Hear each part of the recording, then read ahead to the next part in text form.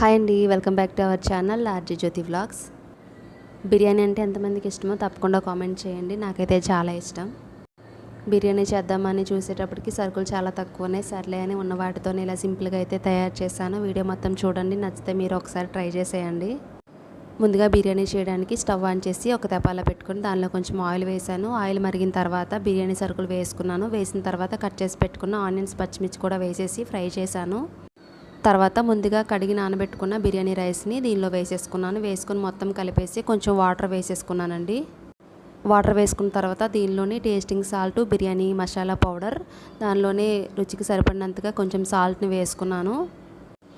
10 నిమిషాలు మంట హై ఫ్లేమ్లో పెట్టేసి ఉడికించి దించేసానండి. సింపుల్గా అయితే నేను ఈ విధంగా ప్లెయిన్ రైస్ బిర్యానీ అయితే చేసేసాను.